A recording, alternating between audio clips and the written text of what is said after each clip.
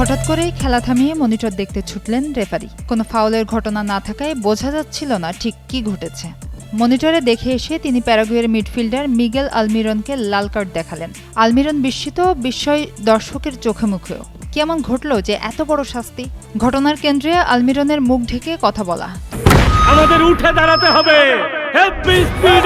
সকল অন্যায়ের বিরুদ্ধে রুখে দাঁড়ানোর এনার্জি পার্টনার। তুরস্কের মের্দ মুরদুলের সঙ্গে কথা বলার সময় নিজের মুখ ঢেকে রেখেছিলেন প্যারাগুয়ের এই মিডফিল্ডার, আর সেটি তাকে ইতিহাসের অংশ বানিয়েছে। ফুটবলের নতুন নিয়মে মুখ ঢেকে কথা বলার দায়ে লাল কার্ড দেখা প্রথম খেলোয়াড় এখন আলমিরন। ফুটবল মাঠে প্রতিপক্ষের কানে কানে কিছু বলা নতুন কিছু নয়। উত্তেজনা, স্লেজিং, মানসিক চাপ তৈরি সবই খেলার অংশ হিসেবে বহু বছর ধরেই দেখা যায়। কিন্তু যখন কোনো খেলোয়াড় কথা বলার সময় নিজের মুখ, জার্সি বা হাত দিয়ে ঢেকে ফেলেন, তখন সন্দেহ তৈরি হয় আসলে কি বলা হচ্ছে, কেন তা গোপন রাখা হচ্ছে। এই প্রশ্ন থেকেই বিশ্বকাপ ফুটবলের আইন প্রণেতারা নতুন এক নিয়মের পথে হেঁটেছেন। 2026 বিশ্বকাপ থেকে মুখ ঢেকে কথা বলার কারণে ফুটবলারদের লাল কার্ড দেখানোর বিধান কার্যকর করা হয়েছে।